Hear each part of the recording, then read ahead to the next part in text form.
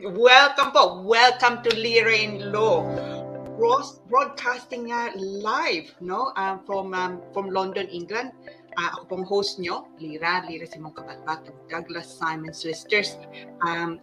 We are abogado po kami. We're lawyers in London, established for more than 2 decades. No, so thank you po for joining me. Welcome back, and I hope that you stay with me and keep me company today. It's leap year today. Today's, of course, the 29th of February. So it's leap year, 29th February 2024. So it's leap year. Happy leap year. Did you say happy leap year? I think so. No, happy leap year.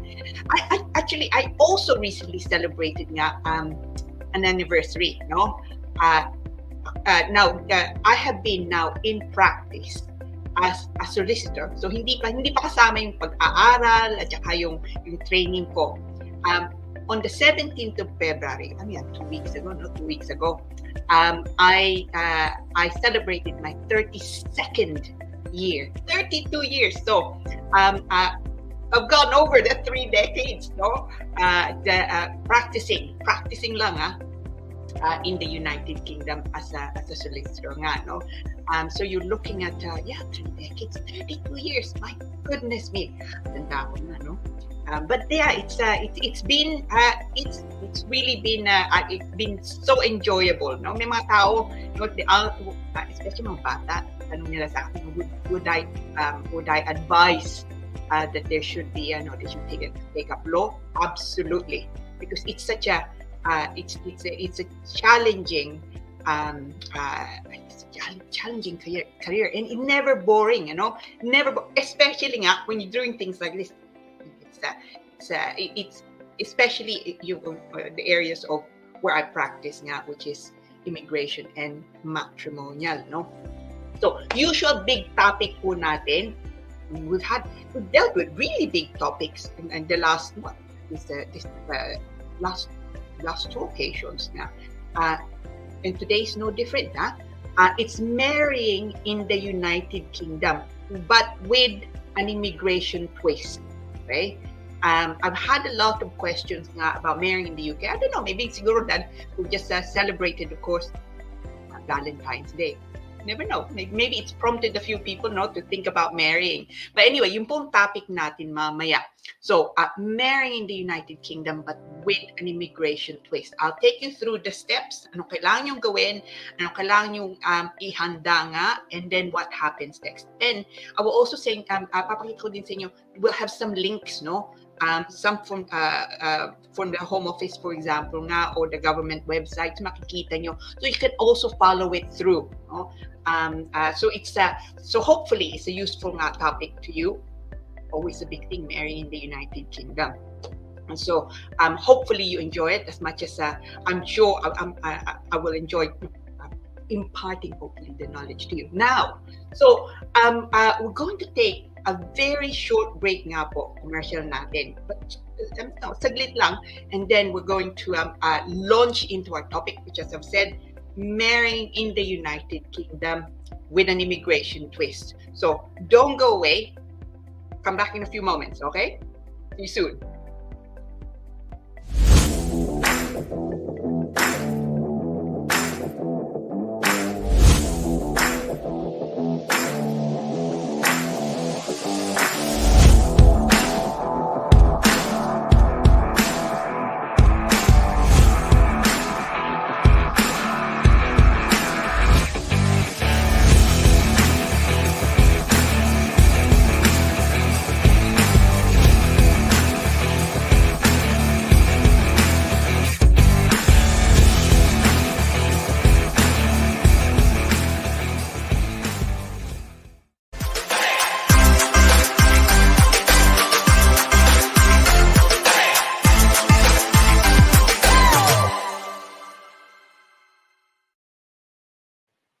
Welcome back po. Welcome again to Lira in Law. Today, the 29th of February 2024, leap year. And thank you for joining me again on this Thursday, rainy day. And as we're broadcasting live, tawag nila, hot take, no? So it's we're broadcasting live from London, England, talking about the usual big things nga, no, in law. And today, ang topic po natin is marrying in the United Kingdom, but with an immigration twist. And something actually, itong topic nga natin, paborito itong mga tao. It's there's not one week that goes by na walang tanong nga sa akin about marrying in the United Kingdom. Either dahil nga gusto na magpakasal nga dito, wala namang immigration issue, or more likely than not, may immigration issue. So, let's go into the topic na nga ngayon. Now, marrying in the UK. So, titingnan muna natin, can you, just marrying nga, and then we'll deal with the immigration aspect also. Can you marry in the United Kingdom? Now, if you're free to marry, you can marry in the United Kingdom. Of course, kung hindi nga kayo kasal kayo sa atin, hindi kayo pwede magpakasal nga dito. Otherwise, that's called bigamy, which is criminal offense. You don't, of course, want to do that. Pero kung hindi nga kayo kasal sa atin, single kayo, o kaya meron kayong annulment nga sa atin, o dito kayo nakakuha nga kayong divorce, and then, of course, you can marry in the UK. Also, you can marry in the UK. Same-sex marriage is allowed in the United Kingdom also. No? You can marry at church o kaya religious, so of course religious ceremony. So kung Katoliko kayo, pwede kayo magpakasal nga sa simbahan. Or you can get married at your local register office. Now, most of my clients, they opt for just marrying at the local register office. Sometimes for religious or non-religious purpose nga, and sometimes it's also a question of convenience. No? So yun ang focus po natin. Kung dito kayo kakasal sa atin, tawag West. No? Now, anong kailangan yung gawin? Unang-una, you have to give notice. Okay? So you and your partner, no, need to give putting aside the issue of immigration, you and your partner need to give notice now to your local register. Doesn't matter saan kayo kakasal, you have to, kung nakatira kayo dito, nandito kami sa Richmond, pisina namin sa Richmond, we would need to give notice to Richmond, for example, nga dito, kung dito ko kakasal. No? Kung ang fiancé ko ay nakatira siya sa Brighton, no, di kailangan niya magbigay ng notice nga din sa Brighton. So you have to give notice to your local registrar office nga if you're looking to marry. Now, 28 days ang usual notice, but if it's immigration, could be it's longer than that. Then you have to get married within 12 months of giving notice.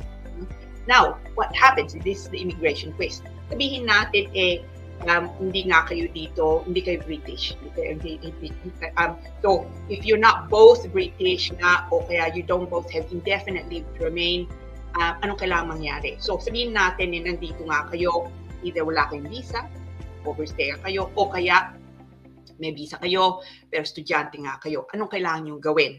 In that case, you both have to go together. Okay? The reason for that is they want to assess yung registrar, no? And this is something that the Home Office imposed on marriage registrars nga. They want to assess if the marriage is indeed genuine. Okay? So there's a kind of, if you like, mini interview. Now, so you have to both go to together nga to the local registrar. So you pick one. So kung hindi kami nagsasama, sabihin natin, yung nga, dito ko nakatira sa Richmond, tapos yung fiancé ko ay nasa Brighton siya. We choose one. No? So either we give notice to Brighton, or indeed we give notice to Richmond. But we need to go together. So kung wala nga siya, hindi siya pa pwede dahil nga may trabaho siya, then too bad, you have to actually go together. Now, so you choose one, you go together. So mangyayaring unang-una, they will assess you. Okay? Sasabihin nila sa inyo, dahil nga wala kang visa, o kaya you have limited leave to remain, dahil estudyante nga dito, o dito trabahador nga ang visa mo. Then sasabihin nila sa'yo, okay, we have to give notice to the Home Office. Now that means, usually, not always, no, pero usually, hahaba yung notice na kailangan yung pakita. Hindi nga lang 28 days, but indeed 70 days. Now, it doesn't mean that it has to be 70 days. It could be na sumulat na nga, nag-contact nga yung registrar sa home office. It could be that they say, yeah, walang problema. 28 days notice is fine. Okay? And the home office really should tell you. Or sometimes, they don't also make contact. But 70 days, just to allow a bit of time nga, to be careful, 70 days. So 70 days notice from the date that you give notice nga. So 70 days period from the date you give notice. Now, once that happens, bibigyan nga kayo ng schedule, no? Kailan kayo kakasal, no? And then you know when you can get married. Now, of course, giving notice is one thing, pero kailangan yung ihanda yung mga dokumento nyo. Anong kailangan yung dalhin? Ang payo ko po, bago kayo pumunta, tawagan nyo muna yung registrar. Because for some reason, some local registrars need more or other documents than other registrars. So, siguraduhin nyo nga. So, the documents, anong gusto nyo makita? Kailangan nyo makita ebidensya ng pangalan nyo, saan kayo nakatira. Okay? Ebidensya din ng date of birth nyo. No? If one of you were married before, so sabihin natin kasal kayo sa atin, nakakuha nga kayo ng divorce, kailangan nyo nga ang tawag dati decree absolute, ngayon tatawag na nga final order. Not the decree nisi or the conditional order, but actually the final order or the decree absolute, yung natapos nga. If it's in the different language, no, then kailangan nyo pakita, kailangan nyo din dalhin yung certified translation. Hindi lang translation nyo, kailangan nyo yung certified translation. So it's a formal translation, no? Dalhin nyo pareho. And of course, evidence of nationality. Passport's the best thing. Most of my clients, dinadala nga nila passport, no, as evidence. Most registrars will also insist na it's an up-to-date passport po. So kung paso ng passport nyo, it's an idea to get a new passport, a current passport. So yun, passport nyo dadalhin nyo dito, ebidensya nga saan kayo nakatira, no? By that, council tax is good, no? It's good evidence nga, bank statements sometimes nga. Depends really kung ang nasa inyo, yung kailangan yung pakita. And of course, kung meron kayong visa nga dito, yung biometric card nyo, dalhin nyo nga din yun, huwag nyo kalimutan. And you have to go together, as I say. No? So there are things nga na kailangan yung dalhin. And don't forget, no? Then people always forget this nga, yung translation po, kung hindi nga English yung dokumento nyo. Fortunately, yung, the Philippine marriage contract nga natin, alam nyo naman, it's in both, no? Tagalog at saka English. Pero kung if you were married before, and you got rid of that marriage by way of divorce, dito pa nga divorce, or if you got an annulment, sa Pilipinas nga, then of course you must make sure na it's of course in English din, no? So yun. So sabihin natin, tumawag na kayo. Inanda nyo na yung mga papeles, yung mga dokumento nyo. Tapos, napunta na nga kayo sa registrar. Kung wala kayong visa o ang visa nyo may limited leave nga, you have to go together to the same registrar, no? So, it's an ibang proseso kung indefinite kayong pareho o kaya British kayo o Irish citizen na kayo dito. Now, so sabihin natin, nagbigay na kayo ng notice and they've accepted nga the notice. Then you get nga the date in due course, kailan kayo pwedeng kasal. And by all means, then get married, no?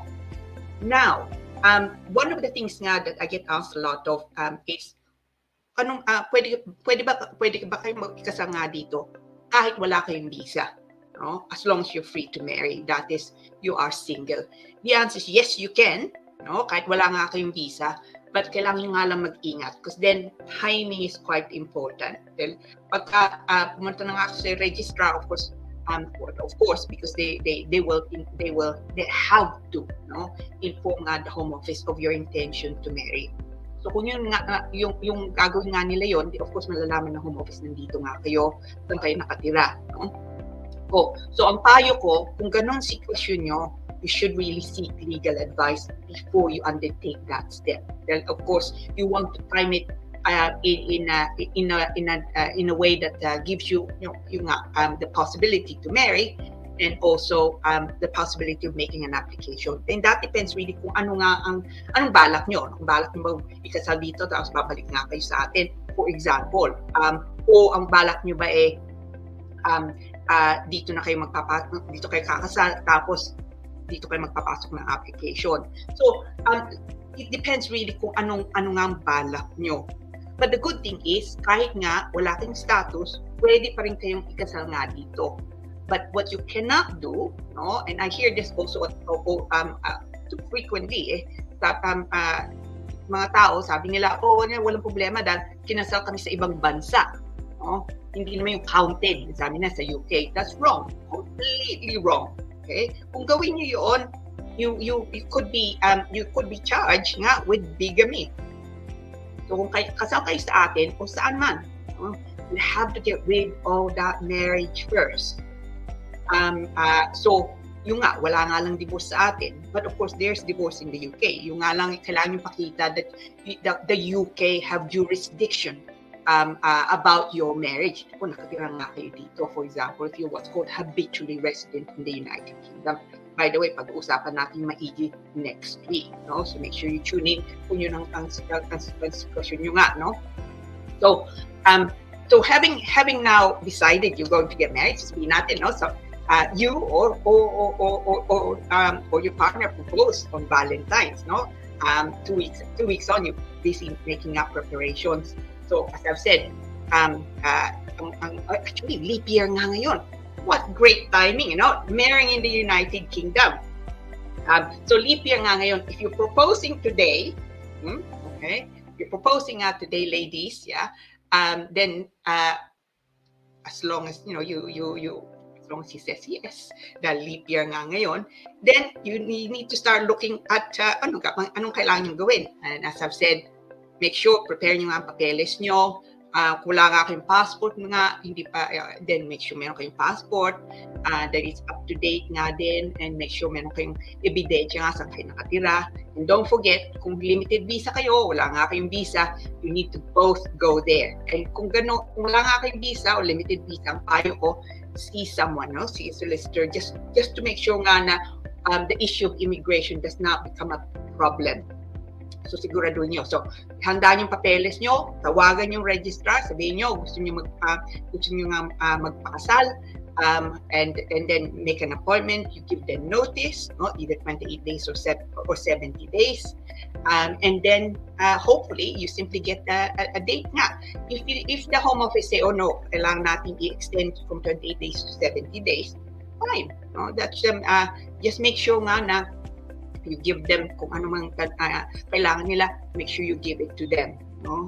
Because of course they want to be sure na talagang yung is a genuine relationship. And if it's a genuine relationship, kahit nga may problema ng immigration, they should still allow you to marry, kahit nga wala nga kayong visa nga dito. But as I say, kung ganun sitwasyon nyo, make sure that you see a solicitor bago nyo gawin yun. Because it could be not, there are things that you should do or watch out for before taking the step of marrying. No? So yeah, so it's of course it's a great thing to do, and I hope that you live happily ever after. But before that, you need to make sure na alam nyo nga yung proseso. No? Now there are things also that you need to just check nga that you satisfy, as I say, and yung mga dokumento is importante nga, yung mga dokumento na mapakita nyo nga. Now, actually, one tip, no, and this is something also that people get confused about is how do you know which register office to go to? Okay. Now, let me just see if I can upload.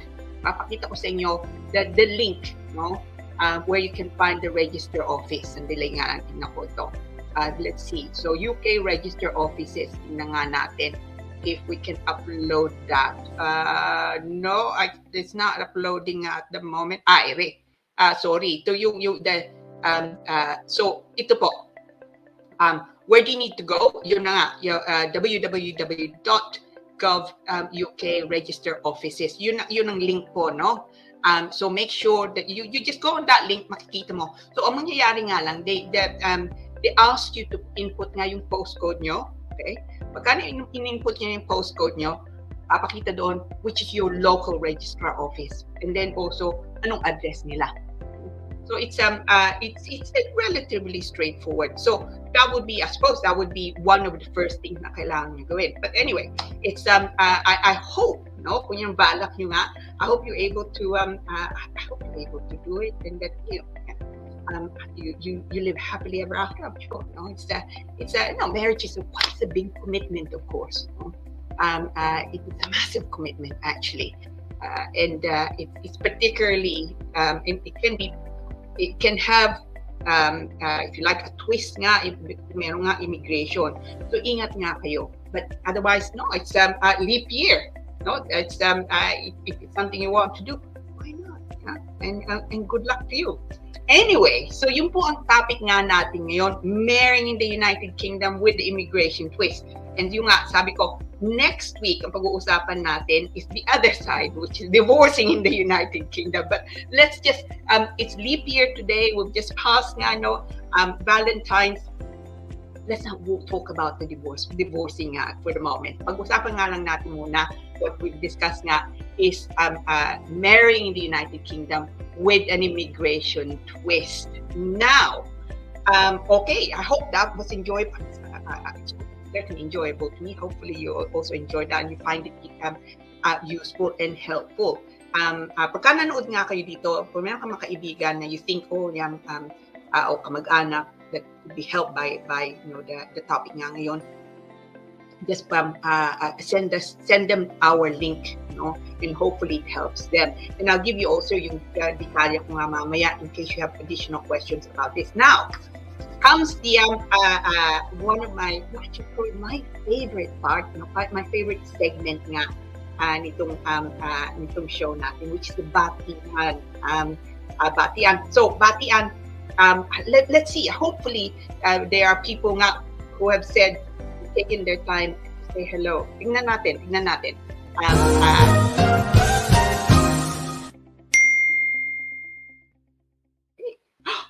Right, tingnan natin. Sino po? Miss Paner. Back to number 1, Miss Paner, Marian Galicia Paner, no? Hello po, Tony, sabi niya, no? Happy Thursday. Happy Thursday, Miss Paner. Hopefully you doing well, no? It's this is a lady with a beautiful hair. I will never forget. Nice to see you, Miss Paner. Hopefully you're doing well. Miss Rafael, the lovely Miss Rafael, Lady Emmeline, no? And she's feeling good because I can see she's all caps, no? Hello, sabi ko niya, hello, good evening, Attorney Lira, and everyone. Happy Thursday to all the viewers. Happy Thursday po.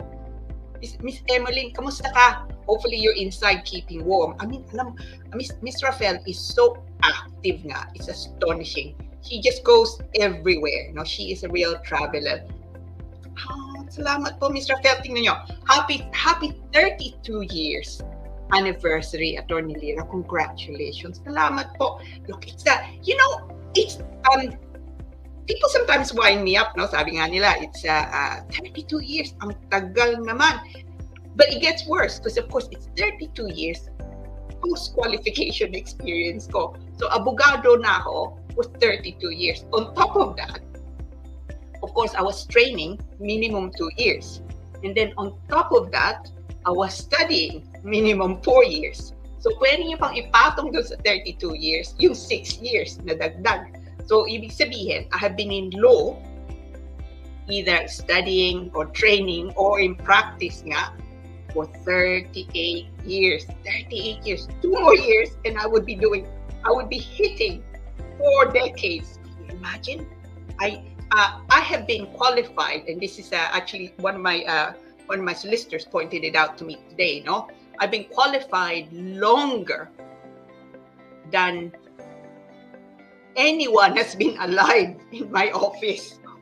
It's just astonishing. They're all so young. Anyway, sorry, I digress because now I can't believe it. 32 years. Salamat po. Oh, Egay the guy. So, Egay the guy. I love Egay the guy. Rainy Thursday. Tama ka, Egay, no? At Attorney Lira. And to the viewers, working from home today. Oh, good timing, no, Egay? Nag-aalaga kay Justin now. He's so cute, no? Justin, I will remember this episode kasi 29 February, this happens once every 4 years. Tama ka. Looking forward to lots of learning again and to Attorney Lira's lovely voice, Egay the Guy. We love Egay the Guy. Egay the Guy and Justin, no? The Robin to his Batman has been very kind nga, no? He helps us out, no? He asks really great questions nga. So no, he's lovely chap. Kamusta? Ma'am Cora! Ma'am Cora. Good evening, sabi po niya, no? Attorney Lira and everyone. Many thanks again for sharing us your very precious time on immigration issues. Very informative indeed. Oh, Ma'am Cora, she's so kind. She's so lovely. Ma'am Cora is you can see it sa picture niya. She's lovely. She really, really is. And again, you know, she's someone who's not she's not afraid. I admire her, and I admire, of course, Miss Rafael. Dahil nga, they pioneered, no? They were pioneers in the United Kingdom. So if it were not for them who paved the way, people like me would not be around. So good on you. Oh, Paula! Hello, Paula. Yeah, good evening here in the Philippines. I'm happy to see your live program, Attorney. Congrats. Oh, hello, Paula. Kumusta? I hope you're doing well and that you're keeping well, no? Yeah, no, thank you. No, it's yeah, you know, it's 32 years nandito. It's not me. Go. One of my favorite people, si M.M. Giling. Hello po, good evening, happy Thursday, ma'am, and all. Hi, Miss Giling, kamusta po? I hope you're well. Miss Giling is truly one of the hardest working people I know, no? At saka yung buo niyang pamilya, they are so lovely. She's astonishingly hardworking, si Miss Giling. And yung buo nga niyang pamilya. John Ross, oh, talaga? Oh, John Ross, happy birthday! Leap year! So, ilang taon ka na? How old are you then, John? It's your birthday today, so it's only once every 4 years. I do hope you get presents on the 28th of February each year. So, in leap year time, how old are you? Gosh, happy birthday! Happy birthday! Happy birthday! Oh, May Tigbao Vargas. Good evening, sabi po niya. And happy Thursday po sa lahat. May is also, she's so committed, no, to us. She's very, very kind. Like all of you, know, to spend your time to be, you know, to keep me company. Thank you po. Thank you. It's it's lovely of you, and it's great to also have new viewers. Ayun, like Mr. Ross na doon, and it's his birthday, ha? Astonishing. I don't actually think that I know anyone who has his birthday on the 29th of February.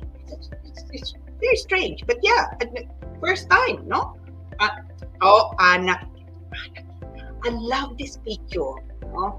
Anak and Gabriela Silang, sabi niya, happy raining and chilling Thursday, everyone. And Attorney Lira, libreng alaman sa ating lahat. Yeah, actually, we have some really good questions mamaya, no? It's some really big questions also. Yeah, no, it's yung nga, it's I hope it's a way now of getting information libre pa, but at least to point in the hopefully the right direction nga. Oh, Miss Rafael, watching from Wimbledon. Oh, in that case, you're sharing the rain with me, no, Miss Rafael? Dahil nga, it is raining. Oh, it was raining. When I came in, it was raining. Actually, the whole day today was raining. So it's raining in London, and Wimbledon is actually not very far from where I'm based. It's in Richmond. We kind of share the same. I think we share the same park, no, Miss Rafael? Or you're not very far from Richmond Park, na. And of course, Wimbledon is the probably the best known place for tennis, no? Actually, that's coming up again. Nakalimutan ko na, is it June or July? It could be June, no? Pero laging umuulan in Wimbledon during Wimbledon time. But yeah, hopefully nga, you're enjoying, you're watching us, no, from Wimbledon.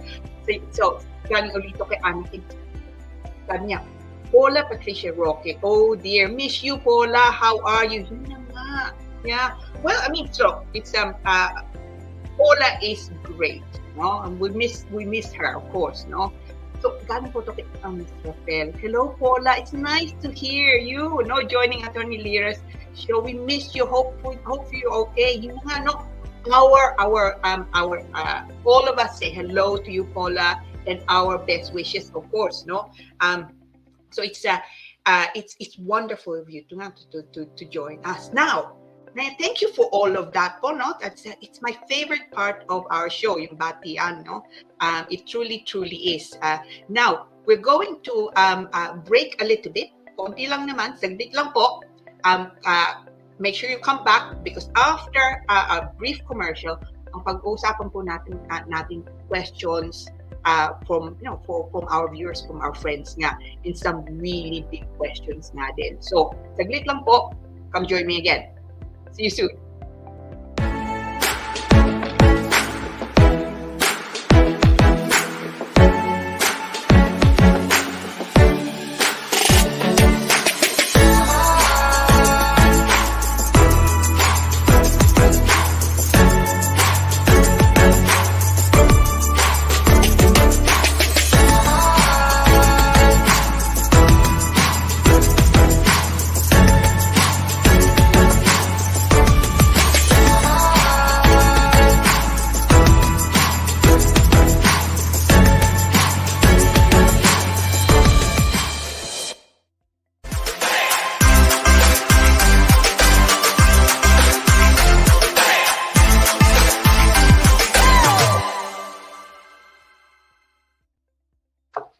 Welcome back po.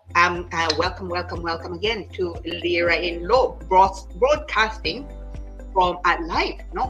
I think tawag nila half take, no? Broadcasting from London, England on a rainy evening on the 29th on leap year, 29th of February 2024. So the last time we had leap year was 4 years ago. And happy birthday nga. Okay.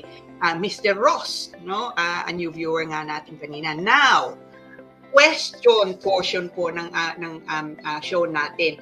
Question and answer portion nga. Now, we have some big ones. So, tingnan natin. Let me have a look at the questions we have. Now, let's see if we...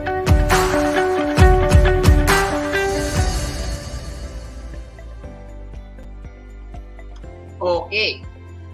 So, tingnan natin nga yung question. Tingnan natin. Okay. So, ito po. Let me read it to you. Sabi po niya, I'm planning to visit UK by next year. Okay? And mag-apply lang po ako ng tourist visa. Magkano po dapat ang laman ng bank account? Okay? Para ma-approve, especially self-funded po ako. Salamat. Oh, that's actually also a very common question. So, gusto niya pumasok dito, gusto niya magpasok ng application to visit the UK, which is great, no? UK is it's a lovely place to visit. Anong kailangan niyang pakitang pera? There's no limit, okay? You can, of course, the more the better, but there's no minimum, unlike other things. Now, but tips ko ito, no? It depends partly kung how long you're looking to stay in the UK. Then, of course, kung 2 months nga lang kayo dito o 2 weeks nga lang kayo, iba yung kung 2 months nga kayo dito.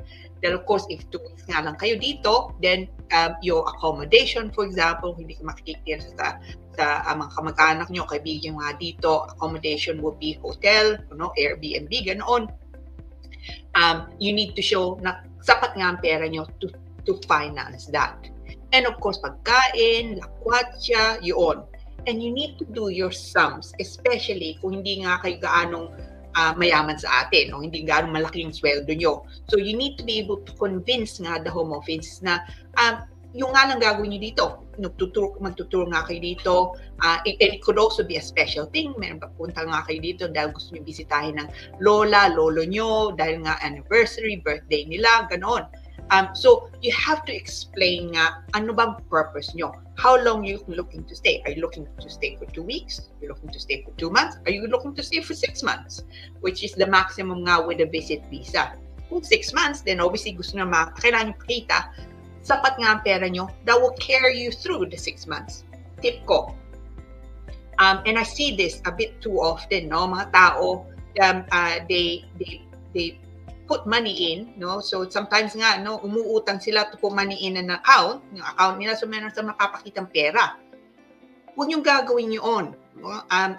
It's kung meron kayong savings nga, tapos it's yung nga natitira sa sweldo nyo, and it is something then that is accumulated savings, then makikita naman nila na pagka pinakita yung bank account, yung makikita nila over the last 6 months, may natitira buwan-buwan, and that is what you have by way of savings. So pwede nyo sabihin, well, you've saved enough money now in order to be able to go abroad, to experience nga the United Kingdom. So yun.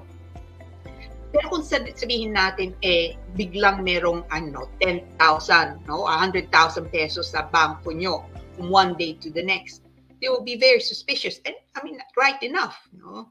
Dahil ang una nang sasabihin, well, where did that come from? Are you looking to show na meron kang pera kahit wala kang pera? So, kung sabihin natin, biglang binigyan kayo ng pera ni Lola, no? Dahil sabi niya, okay, huwag kang mag-alala, no? Akong bahala para pagkain, bibigyan kita ng pera para makabili ka nga ng ticket. Kailangan nyo sabihin, where did that money come from? No? You need to show the source of that amount. Pero kung pakita nyo nga lang bank account nyo, suddenly, from one day to the next, meron kayong 100,000. Magdududa sila. So, kung yun ang sitwasyon nyo nga, you don't have accumulated savings, bigla binigyan nga lang kayo ng pera ni Lola o Lolo nyo, no? Explain that. Preferably, meron kayong sulat galing kay Lola to say, I'm in the United Kingdom, or maybe they're in the States, no? I want my granddaughter, my grandson to enjoy a bit of traveling, no? That's why I gave them 100,000 pesos in order to be able to fund their trip to London, for example, no? Pero kailangan nyo pakita yun. Hindi lang yun. Kailangan nyo pakita, kung nanggaling kay Lola, kailangan nyo pakita nanggaling nga talaga sa kanya. So, ibig sabihin, bank account niya. So, you need to show, ang tawag nga niya, providence. No? So, saan nanggaling nga yung pera? So, the quick answer, sorry, it's a long-winded answer to a great, short question. The answer is there's no minimum, certainly there's no maximum. It depends really kung ano ang gagawin nyo dito, how long you're going to stay in the UK. As I say, kung ano man papakita nyo yung pera, you need to be able to back it up. Okay? Because I see the most common reason for refusal of visit visas nga is intention, and usually that starts with money. So for example, I often see nga na sabi nila, no, you're spending your life savings on a trip to the United Kingdom for 2 weeks. That does not make any sense. We don't believe that you're genuinely going to only come into the UK as a visitor. No? So yung nga, it's for you to convince them. So now, also another tip, no? Pagka magpapasok kayo ng visit visa application, you should submit a statement or a letter in support. Sabihin nyo nga doon, anong balak nyo? Explain to them ito. No? It is a genuine reason. So yun. And then let me know, no, how you get on. Hopefully you're able to get your visa. Because UK, London, hindi nga lang London. But of course, I mean, it's I'm particularly partial to London because I'm practicing in London, and I've lived in London for most of the time that I've been in the United Kingdom. But London is great to visit, no. And if you get a chance, visit Richmond. No, Richmond Park has wild deer roaming the park. So Miss Rafael will attest to this, no? Because I'm sure she knows also when she's nearby in Wimbledon. So it's a wonderful place to visit, Richmond, and we are on the district line. So keep informed. Now, I don't know if there's. I think we have other questions on a big topic. Ito po. So, Flight ko po, papunta sa UK this March. Oh, okay, next month na. Actually, tomorrow. It's 1st of March, yeah. Third week po, maalis na ako. So, towards the end of March. Third week of March.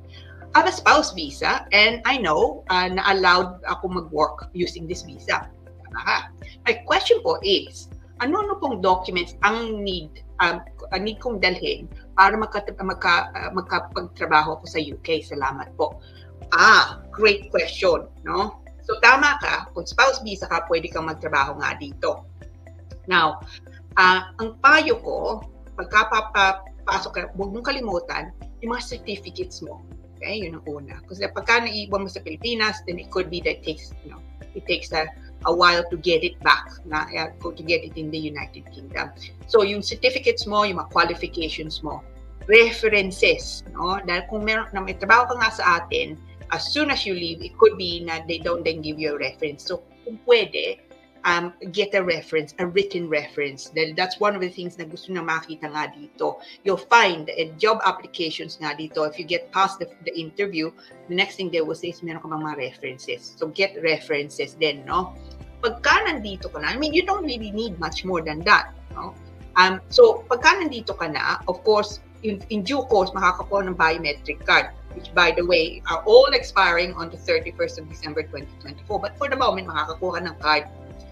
And of course, ang visa mo should be for 2.5 years. So, spouse visa ka nga. Now, yun, kailangan mo nga yun to be able to show them nga na meron kang visa. But yung employer mo nga, they should really just check, or your prospective employer, they should be able to check anyway, directly nga online. Now, also po, kailangan yung pakita, in due course, you don't need this actually to start a job, but you should also, sooner rather than later, get a national insurance number. So, I'm going to flash shortly nga yung website po na kailangan yung pakita. Yung nga. So, when you are here, sabi ko yan, no? Get NI. NI short for National Insurance, no? Ito po yung website, no? It's government website nga. And you can also just Google, no? Apply National Insurance number, and it will take you through. So yun po ang kailangan nyo. And of course, you should also open a bank account. Dahil dito, hindi uso yung cash, no? Of course, a lot of people also get paid in cash. But mainly, it's paid directly into your account. So you should also open nga a bank account. Gusto na makita pagka sa banko passport nyo, yung visa nyo, which is of course the biometric card nga or letter nga to say when your visa is going to expire, and evidence also of your address dito nga, no? So it could be that there's a little bit of a delay, but hopefully not too much of a delay. If you're coming here as a spouse, then it could be that your partner mo, that you can open initially nga a joint account, for example. So yun. So but galing sa Pinas, huwag mong kalimutan, and this references nga, because unfortunately a lot of people, pagka umalis na sila, hindi na sila nakakakuha reference dun sa trabaho nga nila, and yung certificates of qualification mo. Just in case gusto nga din makita nga ng panibagong mong employer dito sa UK na yung ang qualifications mo. So those are the two things mainly. Otherwise, everything else you should have in the United Kingdom. Good luck, no? Hopefully you're able to get a good job, and that I'm sure you will thrive in the UK, no? Keep us informed. Now, so I think meron pa tayong mga questions, no? Ito po. That's itong pangatlo natin question. So sabi po niya, hello po, we're planning to get a fiancé visa. Okay. And planning po, pupunta sa UK around October this year, 2024. Right, that's good time, just before Christmas. How early can I start my application po kaya?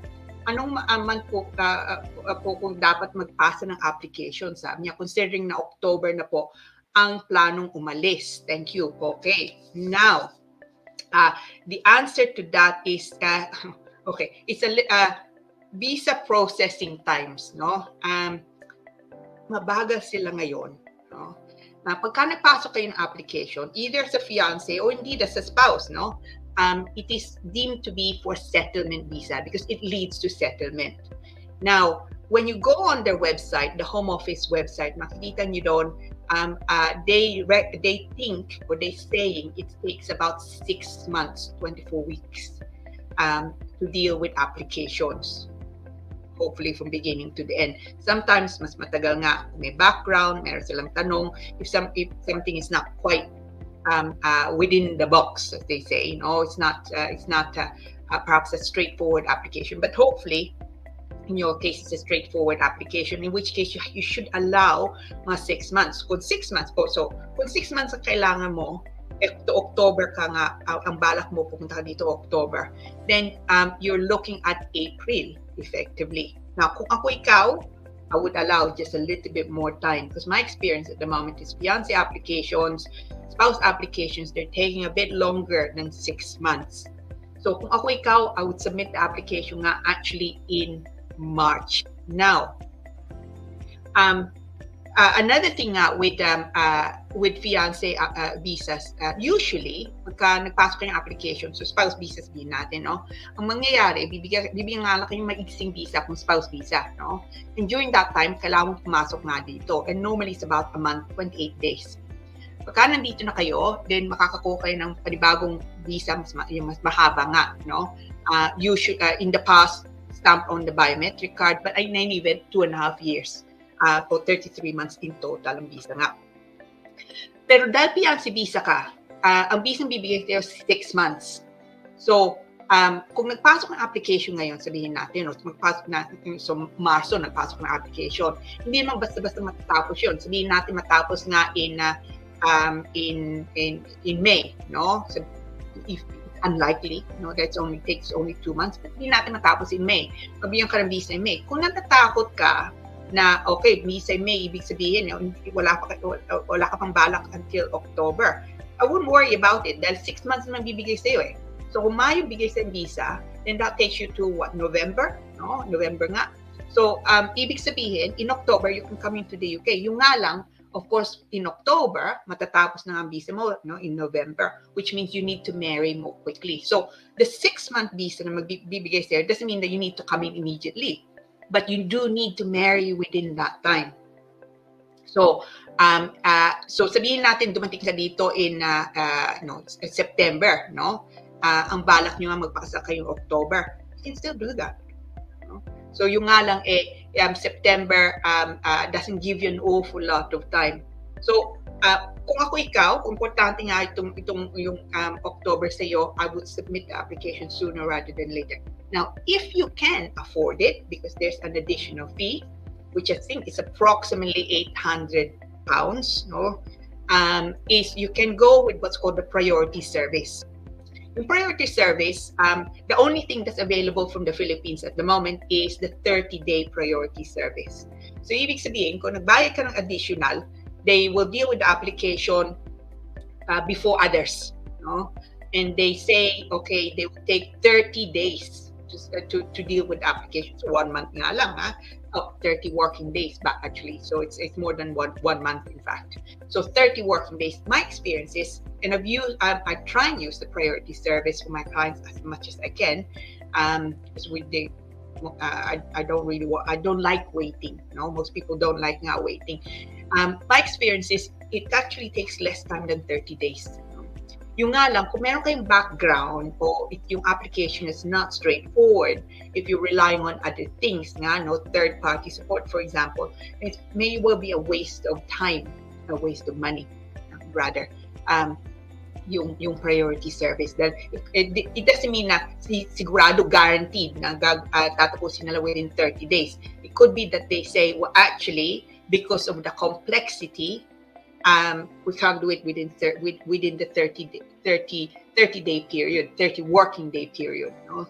In which case, kinuha na ng pera nyo, but hindi pa rin natapos. So, pero kung sigurado nga kayo it's a relatively straightforward case, you tick all the boxes, then try your best if you can afford the additional fee to see if you can get it done within the 30-day period.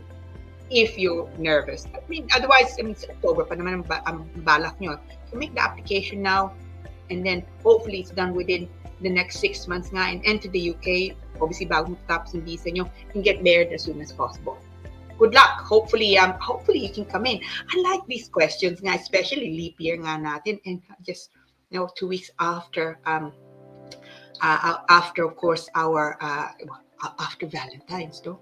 Now, I think we may have potentially apply ng nursing assistant or hello po, attorney. Magandang araw po sa inyo at syempre po sa lahat ng mga viewers. Attorney, itatanong ko lang po sa inyo na kung maaari po ba akong mag-apply ng nursing assistant or caregiving job po sa bansang UK. Currently po, nandarito ako ngayon sa Czech Republic, pero hindi po caregiving ang work ko, but I'm working here as a massage therapist. If yes po, ano po ba yung visa na pwede kong applyan at ano yung mga dapat kong gawin para makapasok ako ng UK? At syempre po, pasensya na po sa background music ko kasi po nasa salon ako ngayon. Nandito po ako sa reception at kaya medyo po yung background ko, medyo sad. Ayan, magandang araw po sa inyong lahat at syempre magandang buhay and more power to your program. Salamat po. Salamat, Len. And messaging us from the Czech Republic. My goodness me. Salamat, Len. Now, great question. Again, no? Now, ang daming magbabagong batas, and some already are in play, no? Carers is not an exception nga. Yeah? So, some dates. So, una po, from the 11th of March, so ano na tayo nga, 29 tayo, so in 11 days time, yeah? Only care providers in England can sponsor new carers under the skilled worker route if they are registered with the Care Quality Commission. No? So basically, ginawa nila yon dahil unfortunately maraming taong naabuso nga, no? Dito nung dumating nga sila. So a way of trying to control that, sabi ng gobyerno, okay, we want the employers to be monitored, and yung nga kailangan niya, so employer nyo would need to be registered with the Care Quality Commission, otherwise hindi sila pwedeng mag-sponsor. So they'll get checked that they have nga the proper processes nga in place, so to ensure nga that you're not to try and ensure that you're working within a reasonable environment. So unang-una, sponsor nyo, hindi nga lang na meron silang sponsorship license, Len. So they have to be sponsored, no? You have to have a sponsorship license. Yung sponsor nyo, hindi lang basta-bastang tao. Hindi nga lang yon. From the 11th of March po, kailangan yung pakita that yung sponsor nyo, yung employer nyo, or would-be employer, is registered with the Care Quality Commission. Yun yung una. Now, on the 11th of March also, unfortunately, at the moment at least, unless the government changes their mind, and they're running out of time to change their mind, you can't, you no longer can bring dependents into the United Kingdom, which is anyway. It's quite a sad development. So at the moment, so kung nagpasok na ng application ngayon, pwede nyo pa rin dalhin yung pamilya nyo. Ibig sabihin, anak nyo, no, under the age of 18, and also asawa.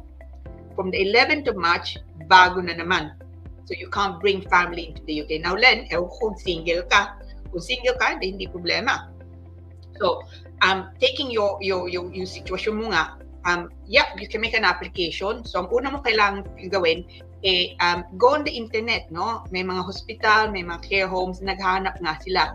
So, pagka meron ka makitang naghahanap nga, qualified ka naman, no? I mean, okay, not directly, but you have qualifications, no?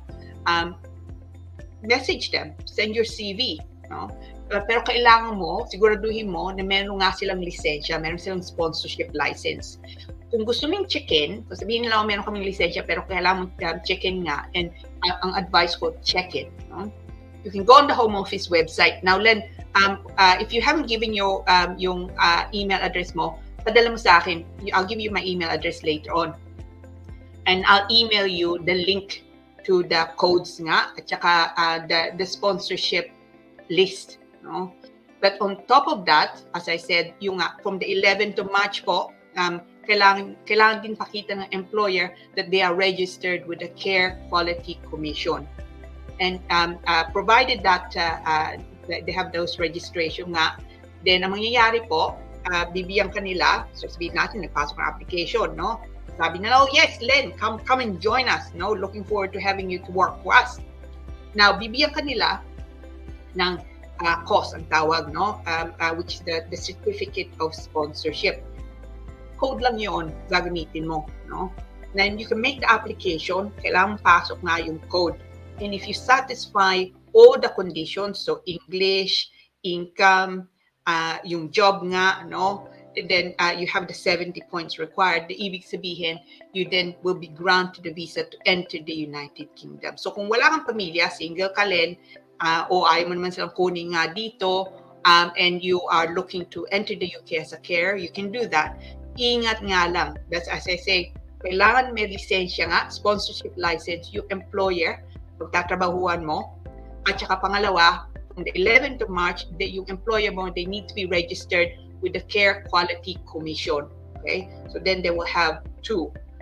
You also need, as I say, you need to satisfy various things nga, like English. So if it's something that you're really interested in, then you send me your email and I'll send you the relevant links. Makikita mo nga how it's broken down, the 70 points, no?